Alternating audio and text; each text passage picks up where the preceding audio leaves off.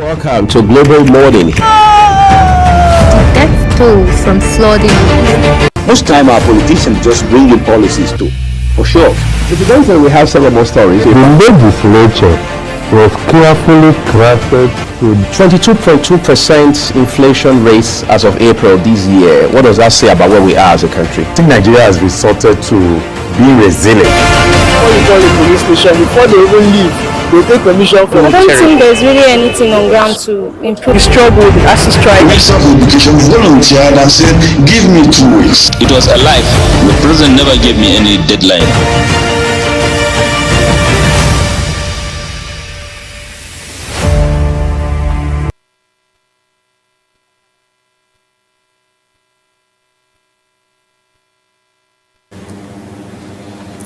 Good morning. It's a beautiful morning here in the nation's capital, Abuja, and of course this is Global Morning, your hub that gets you started on the breakfast show where we look at newspaper headlines and we bring up topical issues for your listening and viewing pleasure. And of course, I do not do this alone. I always have my co-host in the studio, Michael Edika. Good morning, Michael Edika. Good morning, Queen. How are you? I'm very well, thank you. A lot, of course, developments in the nation's development. A concern about how far the 2027 talks, is still ongoing. Opposition are trying to see how they can, get to coalesce together in order to, wedge the APC. But what really standing out is the fact that the voices of these persons are the same persons, They're not new people. These are the same persons that have either been once in this ruling party or once been this as the vice president, or once been this as the president. So a lot of persons are looking at these people just coming together for the interest of Nigeria, or they are just coming together for their own personal interest. But in any ways, of course, the conversation is really flooding over the newspaper as well this morning. But let's not also forget what happened. A very sad incident in Kogi State just yesterday as a 12 inmates escaped in the jail. There are a lot of description to what might have happened. How come that 12 inmates were able to escape from Kogi jailbreak? Though federal government have responded and are now speaking, saying that they of course order the probes of those prison break. 5 fleeing inmates have been recaptured. Just a development coming from Kogi State as confirmed by the Commissioner for Information of the state. However, there are a lot of escalating tensions from the communities, residents of those areas, which has continued to has drawn the attention of the federal government, and the Ministry of Interior have also responded.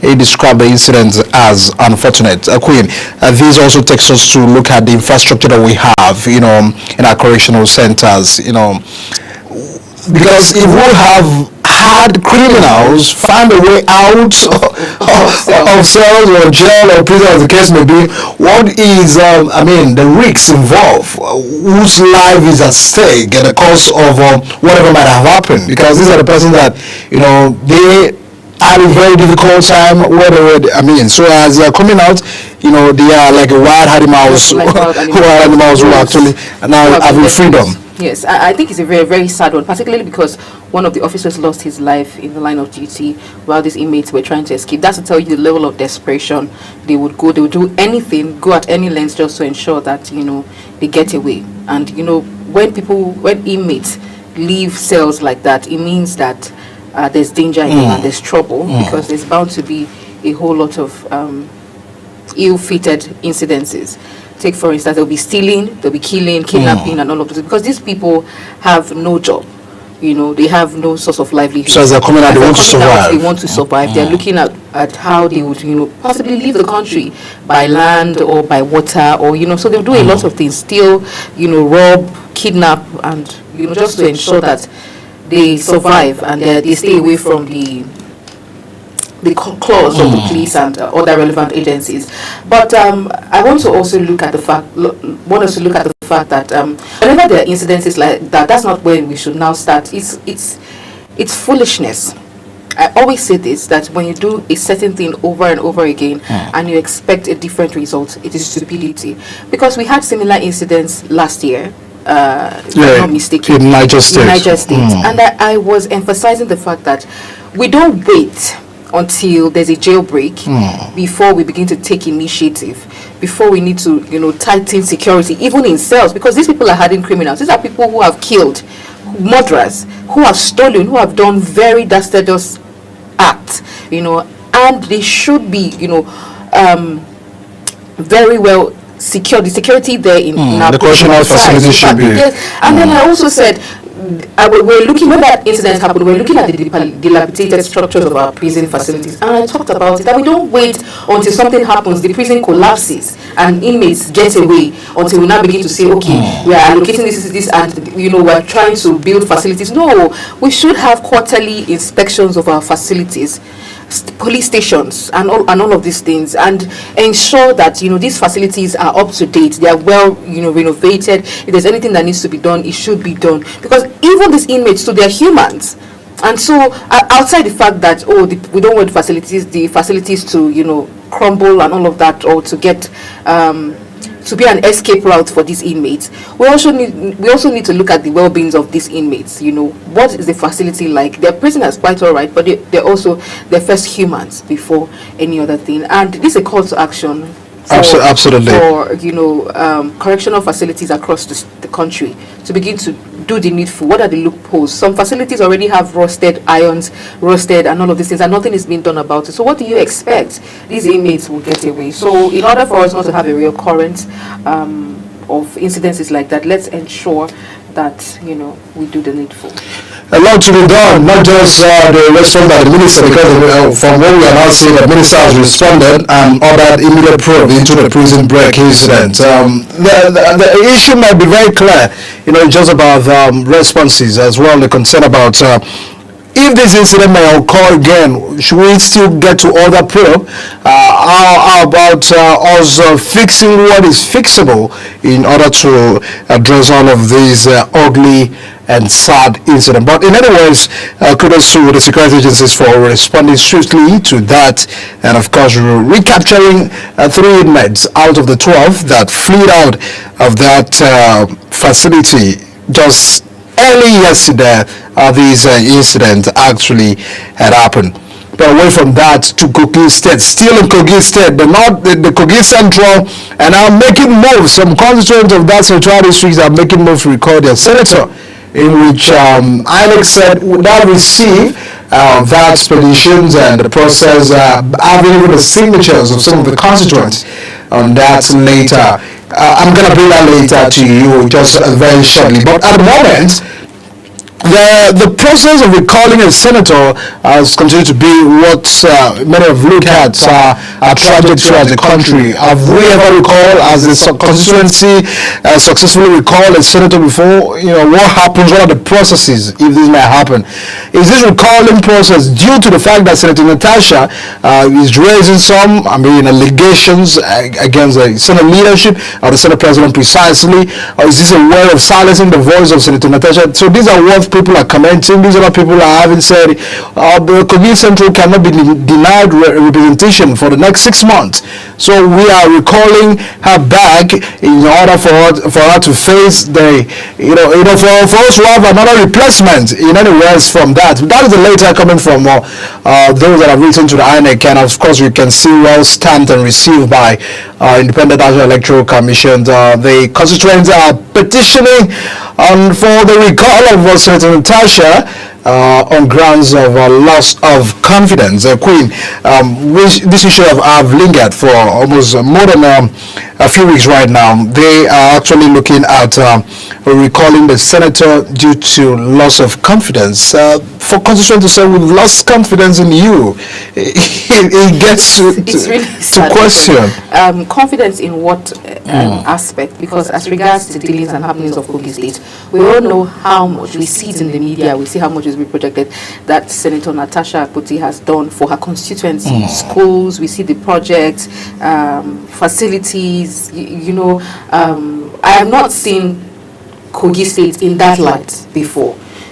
She I don't know, Senator Natasha Akpoti has done a lot.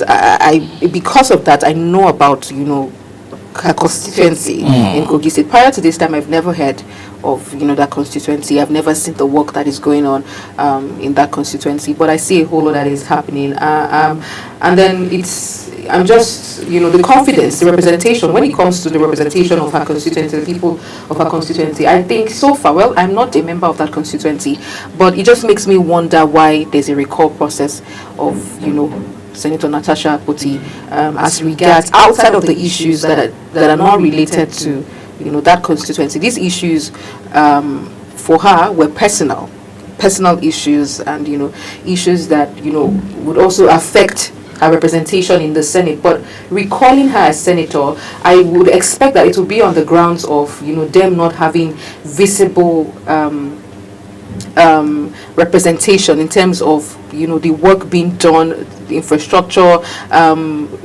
So far, some interventions that she has done, but I'm wondering why there's a recall process from that constituency, despite all that she has done and all that that has happened. But it's quite sad that we have this recall process for Senator Natasha. A lot to worry about, but in any ways, we'll continue to look and monitor that development. Of course, we'll be joined by our next part to analyze all of that. What are the process? What would it look like if this process stand? Does it mean that, successfully the senator will be recalled at the end of the day and all of that interaction? But in any ways, let's get to go on a very quick break.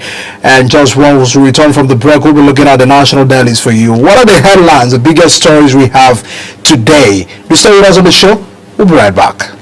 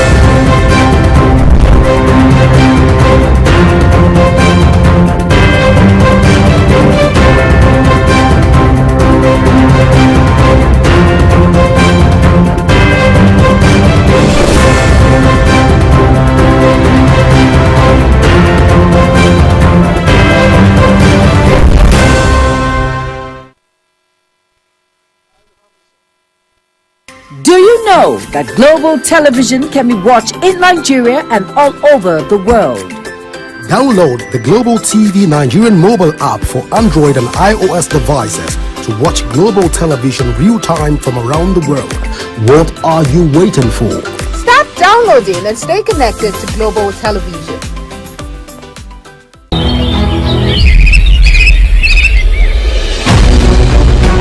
Global Morning is your top morning show here on Global Television. We bring you fresh news updates daily while delving into a variety of current affairs and topics. A Global Morning aims to deliver newspaper reviews and latest news with experts on key global issues. And at the same time, keeping you well informed about important events, both national and internationals. Global Morning serves as a valuable source of information, helping viewers like you start your day well informed. Stay connected from Mondays to Sundays to a wide range of the latest news making rounds on Global Morning. We're on the road to protest. The president meets all of our demands.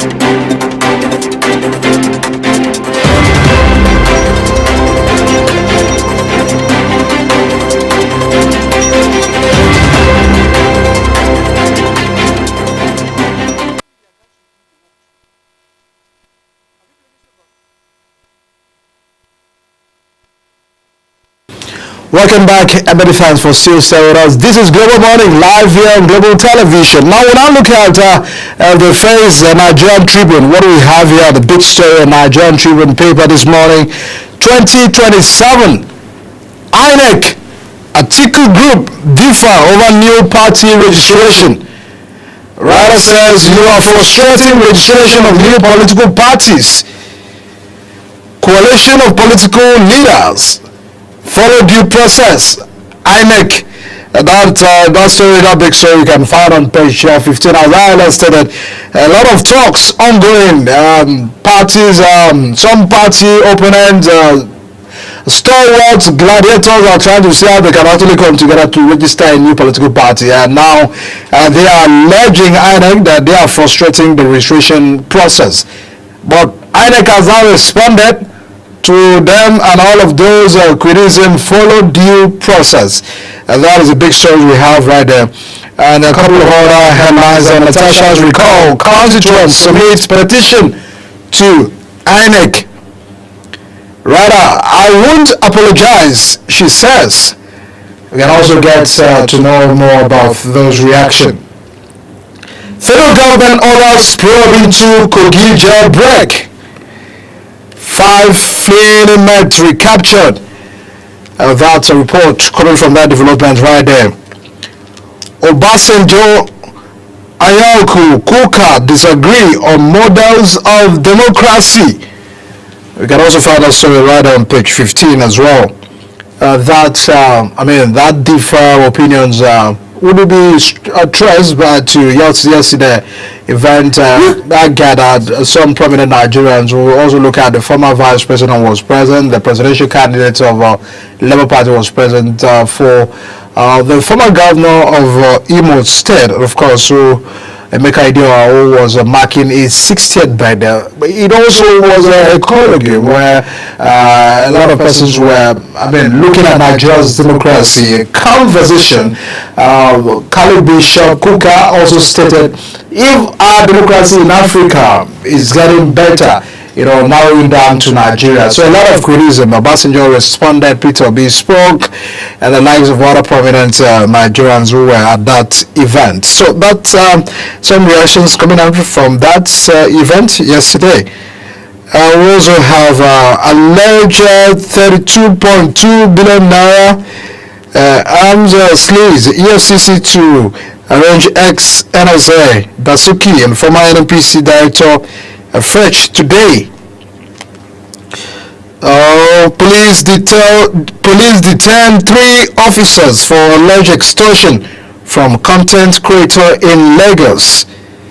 Queen, this is always a matter of police is your friend, and some person will say the extortion is getting out of hand.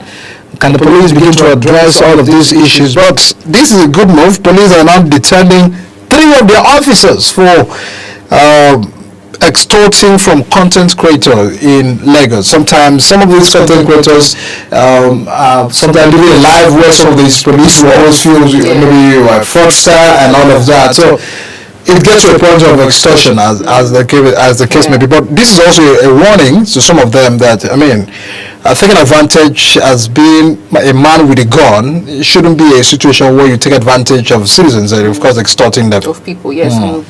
I like this move, and also, the police have found it difficult to believe that young people can make money outside of Yahoo and fraudulent activities. And now they say content creation is the new oil for those who know how to harness it and then how to, most of these content creators make money in dollars. They don't make money in naira, and they live comfortable, they live good lives. A young girl in her teens, probably, or in her early 20s, gets into content creation, is doing well. A young guy gets into content creation, is doing well, gets himself a car, only for you to now be harassed and stopped by the police and linked to all manner of criminal activities. I think we need to put a stop to it until you certify and you know that this person is doing something illegal. Then you can take that person to the station for questioning. Other than that, we're tired of seeing harassment on our Nigerian roads. I think that this is a good move to also warn the police and uniformed men, I beg your pardon, not to harass young Nigerians or young citizens. A lot to be worried about, but kudos for that move here from the police. And let's take the last story out there on the Nigerian Tribune. Ifon Ilobu Adeleke visits conflict zones, orders distribution of food relief materials. Once the perpetrators of violence prosecuted without delay. That's the development coming from the Osun State crisis. And of course, the governor then declared some coffee towards those locations that violence had escalated. We'll now turn attention now to the Blueprint newspaper to catch up with other major headlines for you. Queen. All right, on the front page of the Blueprint newspaper, we have here big story says 2027. We still don't have structure and modus operandi, according to Coalition. And above the nameplate, we have Dangote Cement achieves higher CDP ratings for climate change and water security. We have Salah Dabar, Emir Sanusi rains curses on troublemakers. On the business segment, we see UBA grows profit to 804 billion naira, declares 3 naira dividend. And then in sports, World Cup qualifiers, Zimbabwe will fall, according to Ekong. This is attributed to Ekong. The big story there that says that we still don't have structure and modus operandi in regards to 2027 election coming from the coalition. The rather says finding alternative political party main hurdle. Kogi jailbreak, federal government recaptures 5 fleeing inmates, others probe. And then we have Natasha Gate. INEC receives constituents recall petition. I won't be forced to apologize, defiant Natasha says. And then federal government to strengthen TB screening and treatment nationwide. That's tuberculosis screening and treatment nationwide. And also Fubara says, I have no links with any militant group. Of course, the embattled governor of Rivers State, Siminalayi Fubara, has been linked with a whole lot of criminal activities.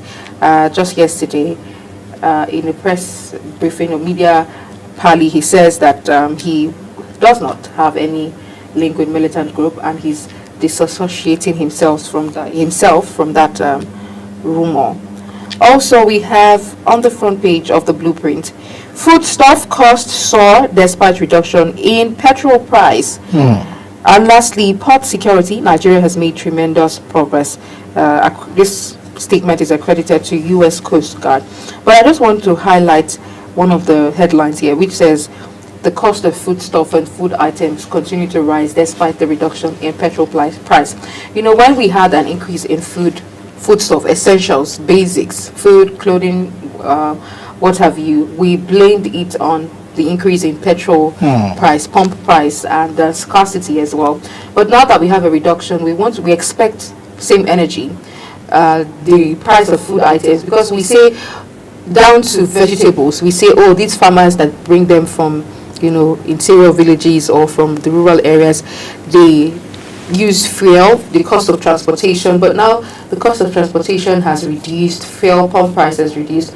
We expect to see at least a slight difference in price, significantly from what it used to be, but the prices keep increasing. So it's more like obviously the market is not regulated, and then we have selfish vendors, Nigerians. We keep complaining about the government, but as business owners, when this price increases, we fail to bring it down when things come to normalcy, or when the pump price reduces, or when there are changes, you know. And that's more like man doing man, Nigerian doing Nigerian, outside of the government. I know that the government has a part to play in terms of regulating the market, but from vendors as well, most vendors, can we begin to look at the cost, you know, the cost of getting these food items, which has drastically reduced as a result of pump price, and can we begin to regulate these prices, and at least let's see significant differences in essentials. These are food items we're talking about here. I mean, on the flip side, it's also a time for us to raise awareness towards, because what many business traders are doing, they are resorting to self-help. You know, for instance, electricity, some of them will tell you, it's not just about bringing those goods, you know, and I mean, having to bring them, import them and all of that. What happens to storage?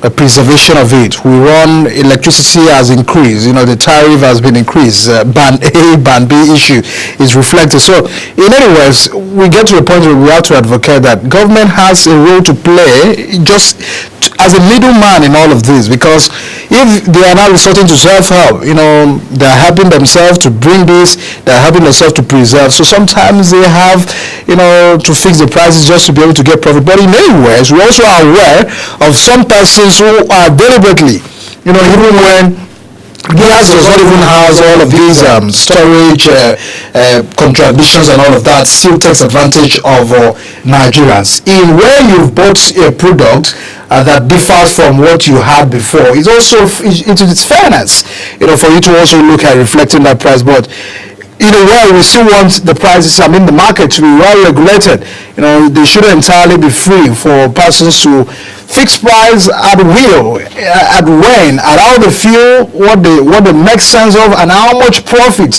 they entirely want to make, because this is also affecting the population. And when it affects the, you know, even the purchasing power of some citizens and some Nigerians are low. So you are not also encouraging patronizations or people seeing how they can also buy. So let's make the market friendly. If the prices are dropping and what you're getting is different from what you had before, please let it also reflect also on the price. For government, the Protection Commission must also do well to see how they can move into market, to see what they can do. Electricity should also be provided at the market. You know, let's people also see that government at the other end are also playing their role in a bit to cushion, you know, also to mediate between the consumers and the traders. This is also a major concern. But as we move from that, now take attention to the Vanguard, what the Vanguard newspaper has for you just this morning. Big story again, democracy not working in Nigeria. Obasanjo, Obi, Tambuwa, Kuka. What does the writer says? Democracy failed in Nigeria because it is not African. That is coming from the ex-president Obasanjo. Everything has been knocked down. Obi, the former presidential candidate of Labour Party. Actors don't play by the rules. Tambuwa, former governor, Tambuwa reacting. It is work in progress. Alaza Bishop Kuka. Another writer says weaponization of religion, major obstacle to Nigeria's development. That is the big story coming from Vanguard. Some will definitely have to will knock on the Bishop Kuka, you know, because those are probably will describe it is because of his recent appointment that is saying that it's work in progress, because Bishop Kuka has always held a strong opinion about, you know, the underdevelopment of Nigeria, and for him to now say that we're now work in progress, there are a lot of persons that are now reacting towards what the bishop, the Kali bishop said. But in a way, the interaction of the conversation about Nigeria's democracy is still a major talks, because if we look at 25, 26 years after practicing unbroken democracy, how far and how well, what is the assessment of freedom of speech in the country? You know, we've also looked at a core member who was battling with NYSC official the other time due to our coming out to speak out about, you know, the state of the nation, the cost of living and all of that. So some person said, are people free to talk and have their opinion? We also see someone who, an author who wrote a book, found to me that was also tried in a case where they said it was a defamation. So what happens to freedom of speech? That is a concern. Now looking at institutions, what is the state of the judiciary? Are they entirely independent, you know, free of powers from executive, or what we call it politicians as well? What happens to legislature? Are they doing their job, you know, as details on the constitution, you know, for proper checks and balances, checking the executive, checking the exercise of the executive? So all of that was a big interaction yesterday during the Mecca Idea, the former governor of Imo State book launch, where democracy was stated. But what Peter Obi said is that it has been knocked down. That is coming from Obi. Well, whatever it means is that it's been trialed. Are people trying to bring down democracy? We continue to look at those major stories right there. Development coming from the voices of opposition leaders in Nigeria. Still on Vanguard, local government autonomy. Labour wants government on implementation. Governors, rather, on implementation. That issues of local government autonomy is still on deliberation. Months after Supreme Court judgment, that funds should be sent from federation accounts to local government. Some governors are also making it difficult in a way, and now Labour are now warning the governors over concerns about implementation. We also have 12 inmates escape in Kogi jailbreak, just on page 7 of the Vanguard newspaper. International Financial Center, Lagos government, RFC signed MOU with City of UK. That's on business. 2027, finding alternative political party. Our main hovel, that is anti-Tinubu coalition. Tinubu flags off second Niger bridge, access roads. Kudos, that's on page 11. Also, Ikar revolves calls to assess Tinubu's government. That's on page 9 as well. And then on the world of sports, 2026 World Cup qualifier, be ruthless. Chile Horas Osimhen and Littman. Just Super Eagles making a lot of preparations for the next coming match.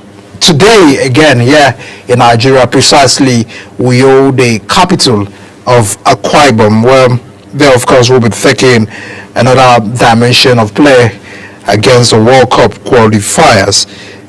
These are a few headlines we have for you from the Vanguard newspaper. Of course, do not forget also the fact that Natasha's concerns submitting petition to INEC is still recalling headlines we have. But let's now turn our attention up next to the Punch newspaper. Over to you, Queen. On the front page of the Punch newspaper, we have quite a number of stories there for your viewing pleasure. Big story says, Naira for crude talks. Dangote refineries and others may import $1.4 billion crude monthly. The writer says NUPRC weighs solution to NNPCL crude shortage claim. Tinubu panel may meet before Salah. Above the nameplate, we have right there power generators. Power generators fear collapse over 4.7 trillion naira debt. Obasanjo, Kuka and others allege Nigeria's democracy failing. Wike camp dismisses Atiku coalition, woos PDP bigwigs. Overstaying visas attracts permanent ban, US warns Nigerians.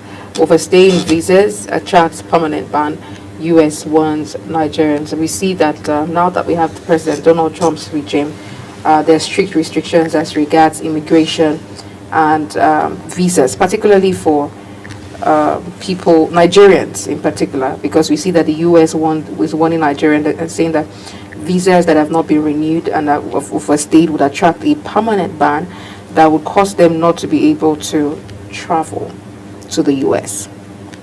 Police intercept 488 AK-47 rifles and arrest 2,000 suspects. Well, we'll find that story on page 4 and 5 of the Punch newspaper. Makinde plans suit as Oyo Sharia panel begins seating. Ogun Attorney General AIG clash over murder and land grabbing case. Ogun State, I always say that Ogun State is always in the news for very heinous crimes.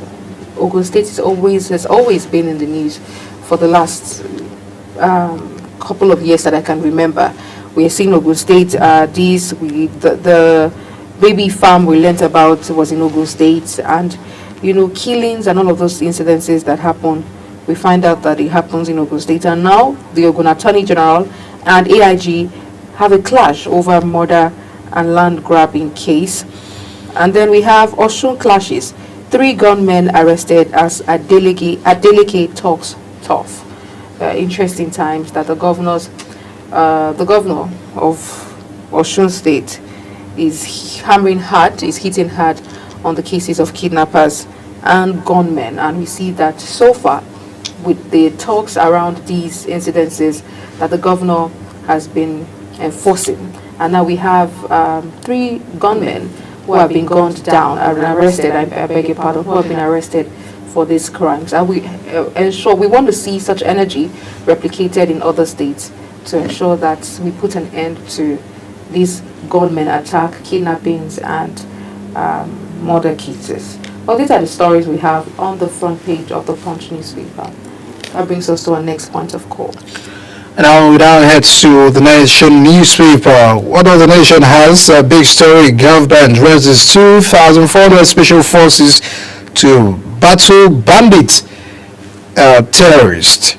Training of first batch of 800 begins. CDF serves quit notice to criminals.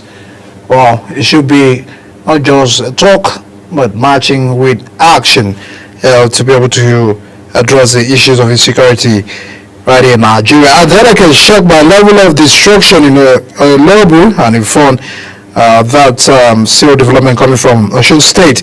And our sports, still again, big story. Eagles will defeat Zimbabwe. Akon boost Nigeria to consolidate. We'll continue to monitor what comes in from the world of sport, and of course, Ramsey will be here to give us more update on that. First Lady pledges 1 billion naira to combat tuberculosis.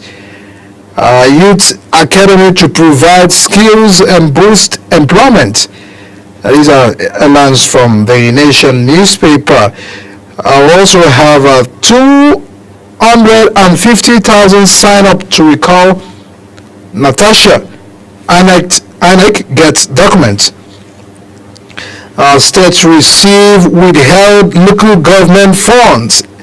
Again, some funds belonging to the local government have been sent to the state. So I don't see where Labour has now to call on governors again, warning them of all of that.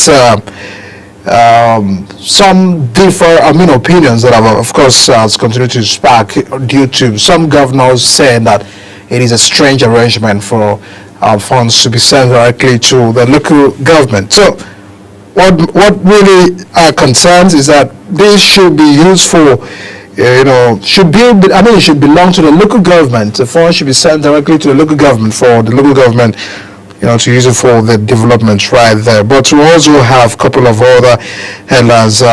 Nation mourns of 5 students killed in crash.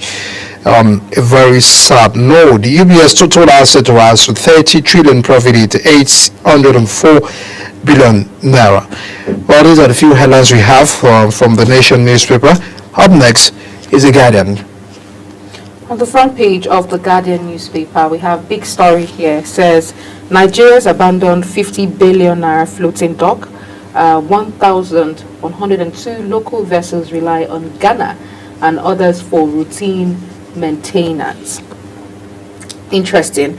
And then just immediately after the headline, the nameplate, I beg your pardon, we have those behind June 12 debacle now regret, says Yakubu Gowon. I beg your pardon, Yakubu. And then we have how Nigeria lost rare opportunity in Russia and Ukraine war to lead LNG market. I will evaluate Tinubu's government on my terms, Wole Soyinka declares.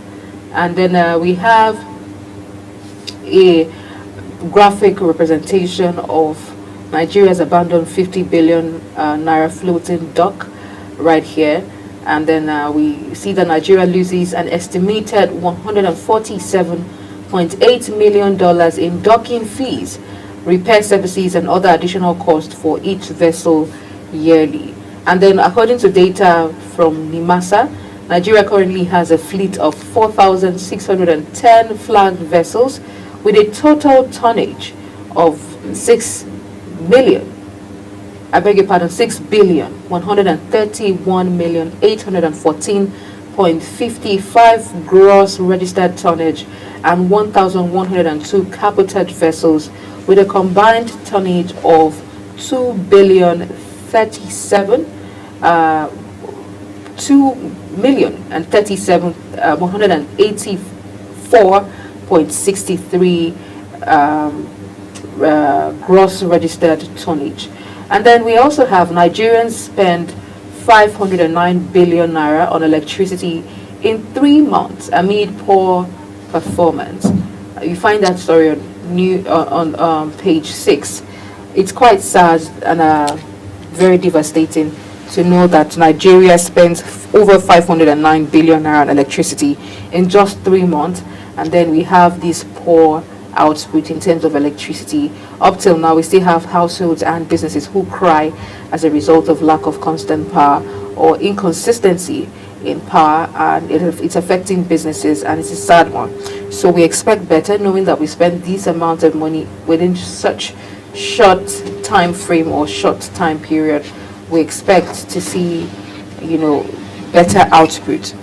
We also have on the front page of the Guardian newspaper, Rivers Group drags Tinubu to ECOWAS.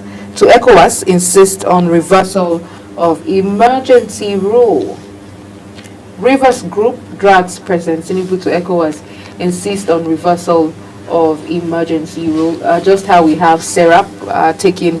A few days ago, we saw that the SERAP had sued President Bola Tinubu to court over, the suspension of Fubara, and according to them, they say that it conflicts and negates democratic rule, and so they charged the presidential court. And now we see that group drags Tinubu to ECOWAS, insists on reversal of emergency rule. Democracy not working in Nigeria, says Obasanjo, Peter Obi, Tambuwa, and Kuka. You find that on page 3 of the Guardian newspaper. We also have 2027, NOT has ditched your 2023 alliance, Ohanaeze tells Tinubu.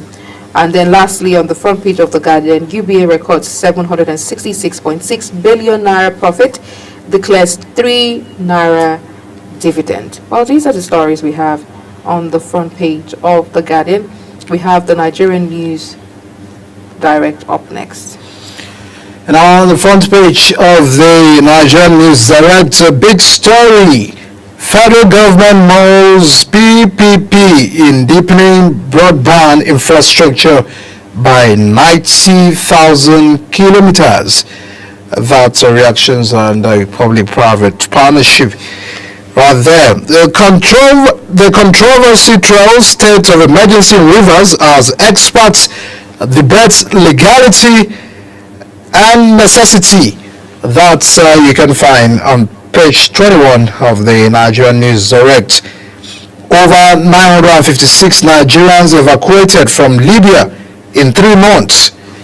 As according from Midcam, the reports over the sad situations in Libya, 956 Nigerians have been evacuated back home. A group summit, in addition to ANEC, to recall Senator Natasha, is also here at the Nigerian News Direct paper. Also have that of UBA Post Profit and Lagos government MOU with the City of UK for Lagos International Finance Center. Again, Lagos winning again. That is also a message to other governors, and other governments, state governments. Of course, the attention has always been on the federal government, but most oftentimes the subnational can also do better in terms of attracting foreign investors. We are blessed with a lot of land space, a lot of potentials, even some working skills as well. So it's also opportunity for governors to see how they can also be extending some of the hands towards attracting foreign investors, because I really feel the unemployment in the country must be addressed, and of course it shouldn't be something left just for the federal government, to get to create jobs opportunities. The state government should also do what this government are explaining, that the removal of subsidy has also led to the increase of allocation to the states. So if we have state with more money compared to before, they should also be able to do something very attractive. And this is what we should always commend Lagos State for, attracting MOU. Some will say that is Lagos, but we can always start somewhere. Other states make an effort to attract foreign investors, because if we have, people coming into the country to invest, if we make your security, if we hasten up the process of land availabilities, raw materials as well. If states that are being blessed with one thing or the other, people just taking advantage of, taking advantage of what they have, by the comparative advantage, where you also, contribute better to the economy of your state. And by that doing, unemployment, even these issues of crime will be reduced drastically, because when young people are engaged meaningfully, it also addresses the issues of, criminalities and issues and concerns that we're having about violence in our country. But that's a good one. Of course, I just need to take time from Lagos to highlight that. But let's now get to look at a last paper for you this morning, which is the Daily Independent. Queen brings that up to us. Well, on the front page of the Daily Independent, not any different from the front pages that we've been seeing, same stories. But here the big story is 16 airports drag down as federal government, I beg your pardon. 16 airports drag down federal government as for raking 96.4% of 358.2 billion naira. Analysts urge hybrid concession model for Nigeria's airports. Why democracy is failing in Africa by Obasanjo. We have that there. And then we also have Natasha Akpoti-Uduaghan vows never to apologize to Senate. Rider says INEC gets petition for recall of Kogi Central Senator. Federal government probes Kogi jailbreak, vows to capture fleeing inmate. NCOs confirm 1 officer dead, 5 inmates recaptured. Will unravel mystery and apprehend masterminds, Kogi government vows. In Rivers State, we have Rivers PDP governors challenge emergency rule at Supreme Court. And then FY 2024, UBA posts 804 billion naira profit, proposes 3 naira final dividend. And then FUBA denies link with militants and explosions, warns against fake social media posts. What a time to disassociate himself from such rumor and such news, and also to clear his name of explosions or wanting to wreak havoc in the state. And then Jonathan wins 2025 Sunak Peace Prize. The big story here, it says 2027 election, coalition against Tinubu in advanced talks over party to use. Yes. And lastly, on the Daily Independent, we have Lagos LISC sign MOU with City of UK, FCDO for International Finance Center. Well, these are the stories we have on the front page of the Daily Independent. You can pick up a copy of this newspaper to read some of the headlines. And this also brings us to a close of looking at the front page of our national dailies and bringing you topical issues of national discourse. We'll take a quick break now, and when we return, we'll bring you the global AM news, after which we'll have our first conversation of the day. Please stay with us. We'll be right back.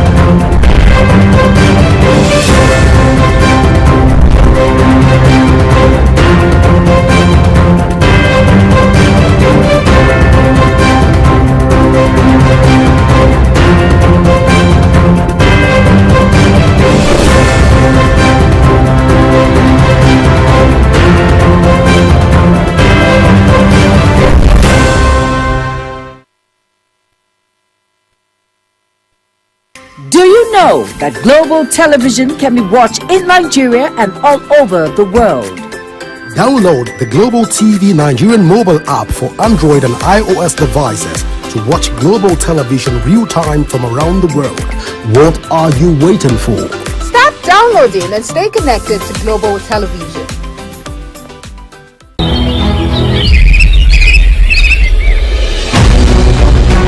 Global Morning is your top morning show here on Global Television. We bring you fresh news updates daily while delving into a variety of current affairs and topics. A Global Morning aims to deliver newspaper reviews and latest news with experts on key global issues. And at the same time, keeping you well informed about important events, both national and internationals. Global Morning serves as a valuable source of information, helping viewers like you start your day well informed. Stay connected from Mondays to Sundays to a wide range of the latest news making rounds on Global Morning. We're on the road to protest. The president meets all of our demands.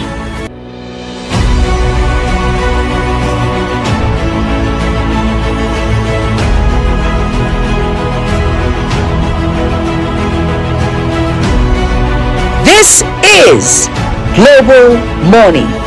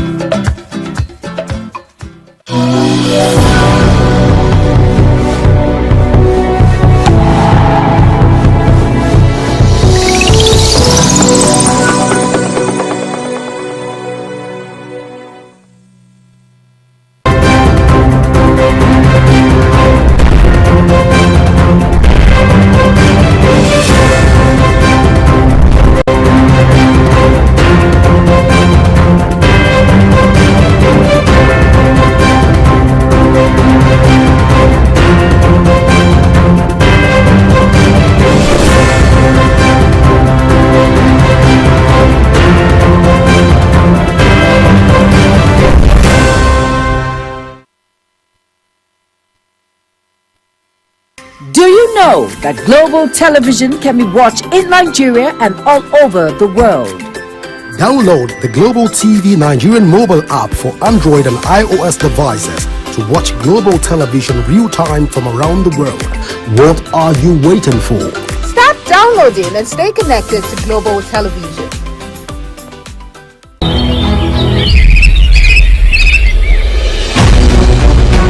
Global Morning is your top morning show here on Global Television. We bring you fresh news updates daily while delving into a variety of current affairs and topics.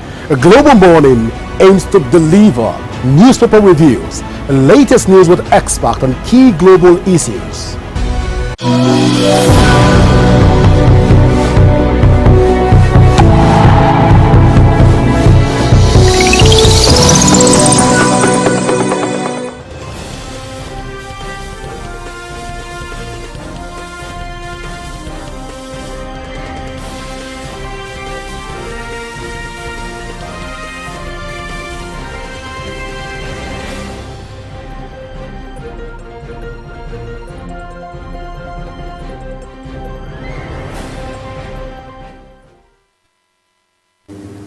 Hello and welcome to all our viewers in Nigeria and around the world to the Global AM News, coming to you live from the nation's capital, Abuja. I'm Queen Agaba. I beg your pardon? You can also download the Global TV Nigeria mobile app for Android and iOS devices to keep track of our broadcast. While Nigeria's First Lady, Senator Oluremi Tinubu, says one person dies of tuberculosis every 7 minutes, despite it being a preventable and curable disease. She stated this at a community outreach in Sauka, Abuja, to commemorate the 2025 World Tuberculosis Day. Tuberculosis Day is commemorated on March 24th annually to raise tuberculosis awareness and mobilize efforts, including political commitments to resources and healthcare towards elimination. The Independent National Electoral Commission (INEC) has formally received a petition from constituent of Senator Natasha Akpoti-Uduaghan calling for the commencement of her recall process. The secretary to the commission, Rose Oriara Anthony, received the petition, which was submitted at INEC's headquarters in Abuja. Natasha, who represents Kogi Central in the Senate, is currently on suspension for allegedly flouting the Senate rules. According to the petitioners, over 250,000 constituents signed the petition out of about 480,000 registered voters in the senatorial district. The petition is titled Constituents Petition for the Recall of Senator Natasha Akpoti-Uduaghan on grounds of loss of confidence. The federal government is set to upgrade and modernize livestock facilities across Nigeria. Minister of Livestock Development Idi Meha disclosed this during a one-day inspection tour in Benue State. The visit aims to boost agricultural growth and enhance livestock production. Felicity Ndere reports. As part of efforts to improve the livestock sector, the minister visited projects in Boko and Gwe East. These include the Swine and Crop Improvement Project and the Livestock Investigation and Breeding Center. The tour focused on assessing facilities, enhancing functionality, and boosting food security. Meha stressed the need for collaboration with the Benue Bureau of Livestock Development. He emphasized the need for research and technology for fast-growing, high-yield livestock, saying the initiative aligns with the government's plan for economic growth and self-sufficiency, while directing the clearance of 500 hectares within 2 weeks for pasture, which will help revive the 2,400-hectare livestock breeding center in Rav, Gwe East. And then what is the business model, best business model to run them? Whether they belong to state, whether they are PPP, or whether they belong to federal government, it doesn't matter. We want to see what is happening, assess the potentials, look at the capacity, and then see how we can go forward. And this is the way to go. There are enough opportunities for us in this country. We have no reason to import meat. We have no reason to import dairy products into this country. And what is happening here today is an icebreaker. Director General Benue Bureau of Livestock Development and Transboundary Animal Diseases Control, Dr. Aundaka Asambi, described the visit as a game changer. He says it marks a step towards transforming livestock production as well as improving animal breeds and boosting the economy. We are ready to set aside the rhetorics and take pragmatic steps towards reviving the livestock industry in Benue and then bringing respite to our people who have over the time been sent to IDP camps. These are part of the steps that we hope to bring peace to the people of Benue. The team also visited Makudi North Bank International Cattle Market to assess hygiene and business operations. In Makudi, Felicity Ndere, Global TV News.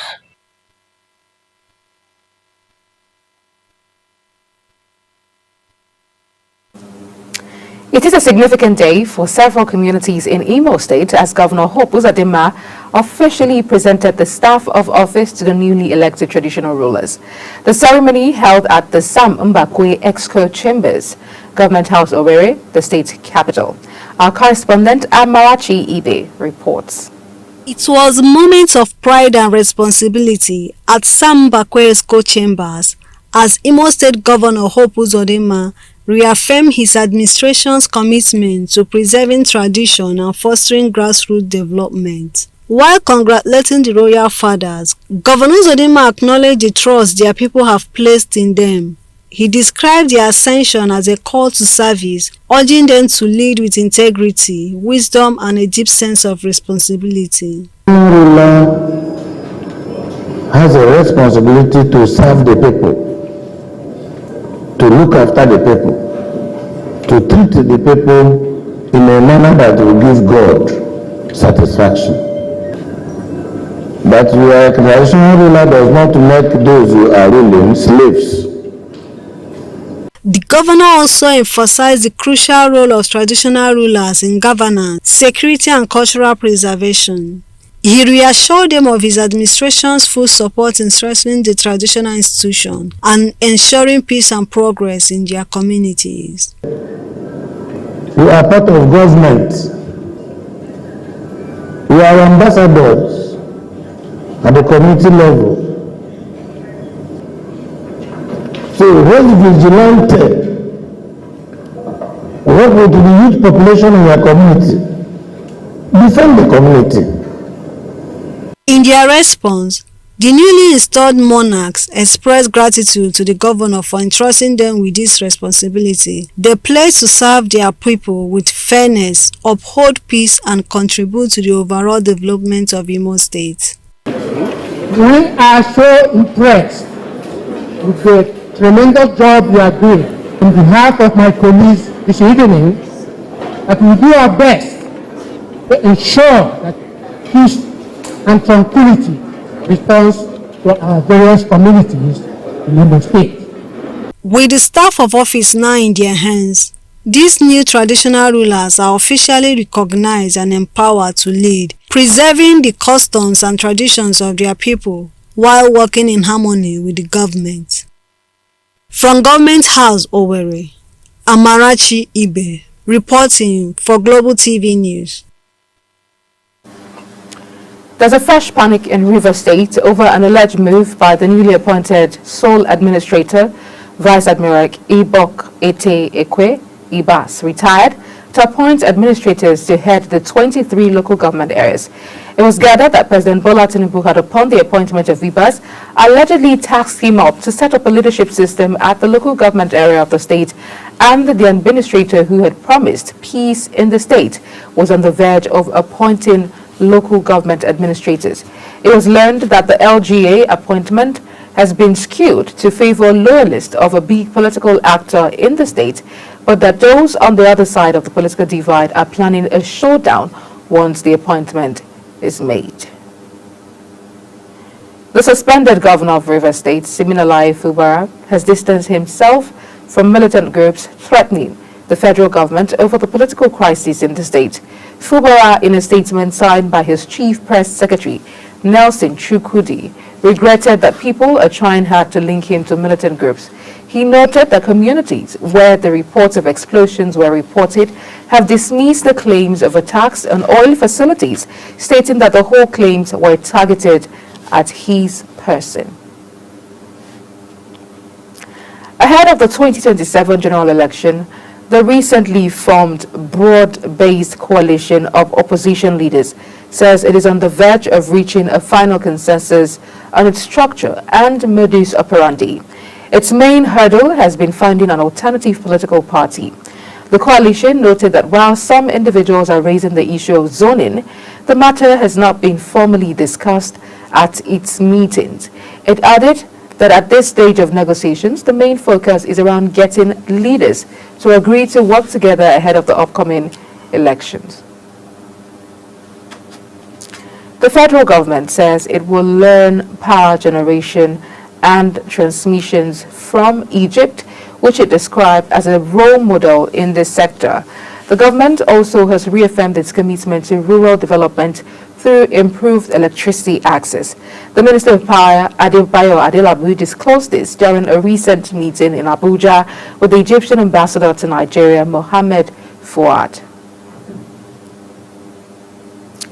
12 inmates have escaped in a jailbreak in the early hours of Monday in Kogi State. The Kogi State government confirmed this in a statement issued by the Commissioner for Information and Communication, Kingsley Femi Fanwo. He commended the swift response of security agencies to the jailbreak at the Federal Correctional Center in Cotton Cafe, where 12 inmates escaped. Fanwo described the incident as unfortunate and assured citizens that the state government is taking decisive steps to prevent a recurrence. 3 of the 12 inmates who escaped during a jailbreak at Cotton Cafe Correctional Center in Kogi State have been rearrested. The Acting Comptroller General, Nigeria Correctional Service, Sly Nwakuche, disclosed this during a press briefing at the Cotton Cafe Correctional Center. He regretted that one of the officers of the Correctional Service was killed by the escaped inmates. Nwakuche vowed the remaining escapee will be apprehended. He called on the general public to provide security agencies with all the needed information that will lead to the arrest of all prison inmates who escaped from custody. The leader of Center for Democracy and Development, Ibrahim Yakubu, has called on President Bola Tinubu to declare a state of emergency in Zamfara State for a minimum period of 6 months, alleging that the Zamfara State Governor Dauda Lawal is involved in anti-democratic actions against a member of the State House of Assembly. The center condemned the governor's alleged undemocratic actions at a press briefing in Abuja. The Niger Delta Progressive Youth Leadership Foundation has called for a peaceful resolution to the ongoing political crisis in Rivers State, while raising concerns about the legality of the state of emergency declared by President Tinubu. They stated this while briefing journalists in Abuja. Our political correspondent, Edika Michael, has details. The group expressed support for mediation efforts to resolve the crisis, emphasizing the need for dialogue between Governor Similai Fubara, the FCT Minister, and the House of Assembly. The group also raised concerns about the suspension of elected officials, calling for adherence to the Nigerian Constitution in any declaration of emergency. According to the 1999 Constitution, a state of emergency can be declared under the following conditions: if Nigeria is at war, if the country faces an imminent threat of invasion or involvement in war, if there is a breakdown of public order and safety in any part of the country, if there is a clear and present danger of source breakdown, if a disaster or natural calamity has occurred or is imminent, if any situation arising that poses a significant threat to Nigeria's existence, if a state governor requests a state of emergency or fail to act within the responsible time, allowing the president to make such decision. The forum also criticized political misadvising from some officials and the failure of the National Assembly to intervene, but stressed that a state of emergency could be misused for political manipulation with potentially detrimental consequences for democracy. The power to declare a state of emergency in any part of Nigeria or even across the entire country must be exercised in accordance with the provision of the 1999 Constitution as amended, and must not be exercised in a flagrant violation of the same Constitution. The group, like other concerned Nigerians, called on President Tinubu to monitor the actions of political appointees, ensuring they align with his administration's goals, particularly in the lead-up to the 2027 re-election, while reaffirming their commitments to defending Nigeria's constitutional democracy and supporting the Southern Nigeria presidency until 2031. Edika Michael for Global TV News. The Minister of Solid Minerals Development, Dr. Dele Alake, has declared that there will be no hiding place for illegal miners in the country as efforts to strengthen operations of the mining marshals and ensure nationwide coverage are ongoing. Addressing a press conference to mark 1-year anniversary of the Corps, the minister emphasized that the establishment of the mining marshals last year has significantly disrupted unauthorized mining activities and restored investor confidence in the sector. Hosanna Okorafor has details. The Minister of Solid Minerals Development, Dr. Dele Alake, explained that activation of the core is to enforce provisions of the Nigerian Minerals and Mining Act has struck fear into illegal operators, largely curbing their operations and serving as a deterrent. Assessing the impact of the mining marshals over the past 1 year, the minister stated that 2,220 core at inception, which has now been scaled up to 2,670 operatives, have raised awareness of the enforcement capacity of the federal government to combat illegal mining, establishing considerable deterrence among illegal miners, and contributed to substantial increase in revenue generated from the sector. Specifically, on March 21st last year, the solid minerals sector witnessed the implementation of a critical element of our 7-point agenda for domestic consolidation and international competitiveness, and that's the activation of the mining marshals. The core of 2,220 officers that formed the pioneer mining marshals have increased over time by 450. They are now 2,670 as of today. While the Marshals' operations have been somewhat hampered by logistical constraints, Alake reassured that with the increased budgetary allocation for the ministry in the 2025 fiscal year, such limitations will be addressed. Corporate collaborators encourage deeper excavation and scale up this illegality and criminality. So the above definition of the enemy necessitated a training schedule that empowered the mining marshals with the strategic and tactical skills to combat and overwhelm its targets. It will be recalled that the Federal Executive Council (FEC) recently approved 2.5 billion naira for the deployment of satellite technology to enhance the security architecture of the mining sector, which will consequently aid the operations of the mining marshals. Hosanna Okorafor reporting for Global Television. You're watching the live broadcast of the Global AM News. When the AM News returns, marketers fear price hike as federal government suspends sale to Dangote. Details coming shortly after the break. Please stay with us.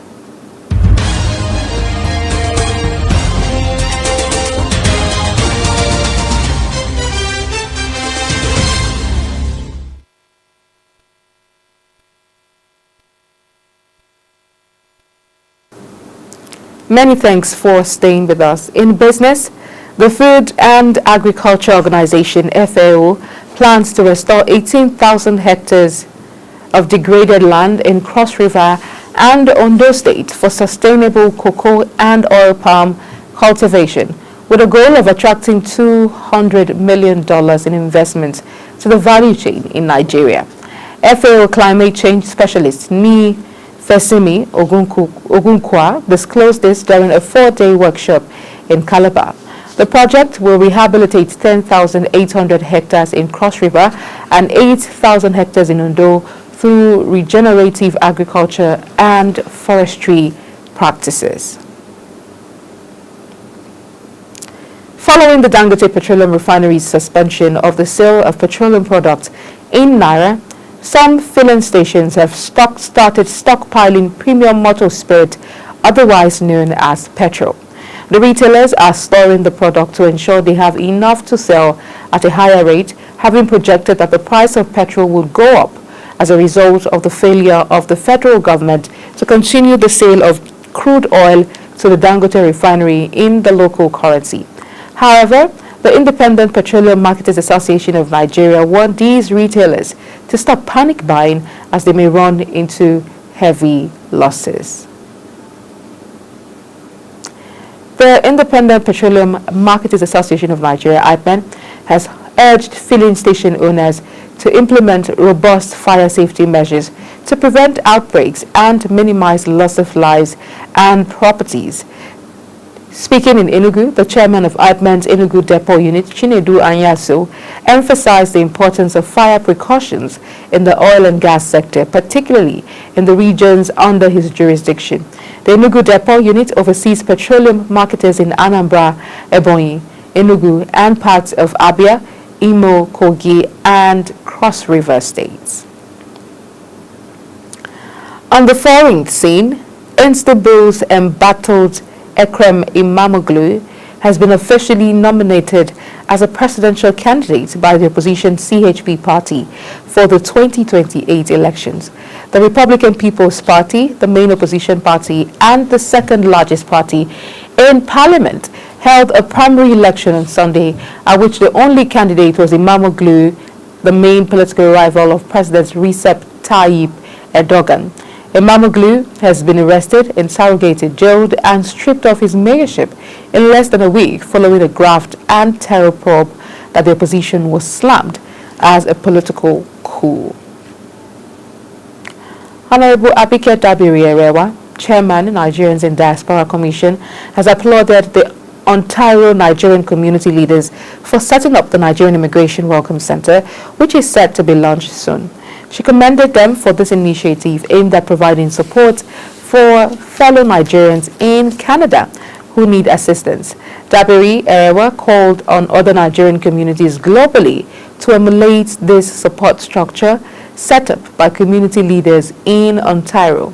Uche Okugo, President, Network of Nigerians in Canada, remarked that the initiative will provide tailored services for prospective and current Nigerian immigrants in Canada to enable them adjust to the new environment and contribute meaningfully to society. Russian and United States officials have launched talks in Saudi Arabia capital, Riyadh, on a 30-day partial ceasefire in Ukraine. The discussions in Riyadh comes as after a round of negotiations between Ukrainian and U.S. delegations. On the agenda is a halt in long-range attacks against energy facilities and civilian infrastructure in both countries, as well as a pause on assaults in the Black Sea. Meanwhile, the fighting continues with both Ukraine and Russia accusing each other of launching overnight drone attacks. Israel's relentless bombardment of Gaza continues, with at least 61 Palestinians killed in attacks across the Strip over the past 24 hours reporting period. The renewed assault comes hours after Israeli forces bombed the Nasser hospital in Gaza, killing at least 2 people, including Hamas leader Ismail Bahoum. Gaza's health ministry says at least 50,082 Palestinians are confirmed dead and 113,408 wounded in Israel's war on Gaza. Gaza's government media office updated its death toll to more than 61,700, adding the thousands of Palestinians missing under the rubble are presumed dead. In sports, the race to secure a spot at the 2026 FIFA World Cup to be hosted by the USA, Canada and Mexico enters a decisive phase as African team gear up for match day 6 of the qualifiers. With the stakes higher than ever, group leaders will aim to consolidate their positions, while teams in pursuit of qualification will fight to keep their dreams alive. Nigeria's commanding 2-0 win over Rwanda on Friday set the tone for the week, demonstrating the intensity and quality of the competition. Raul Jimenez scored twice as Mexico snatched a last-gasp 2-1 victory over Panama to win the CONCACAF Nations League for the first time. Fulham striker Jimenez, who had also bagged a brace in a semi-final win over Canada, slotted a stoppage-time penalty to settle a pulsating final battle at SoFi Stadium. Mexico's win was tinged with controversy, though with the final halted by match officials in the closing minutes due to homophobic chanting from Mexican fans. And that's it on the Global AM News, and it came to you live from the nation's capital, Abuja. Kindly follow Global TV across all social media platforms using @GlobalTVNG and other handles now showing on your screen. You can also download the Global TV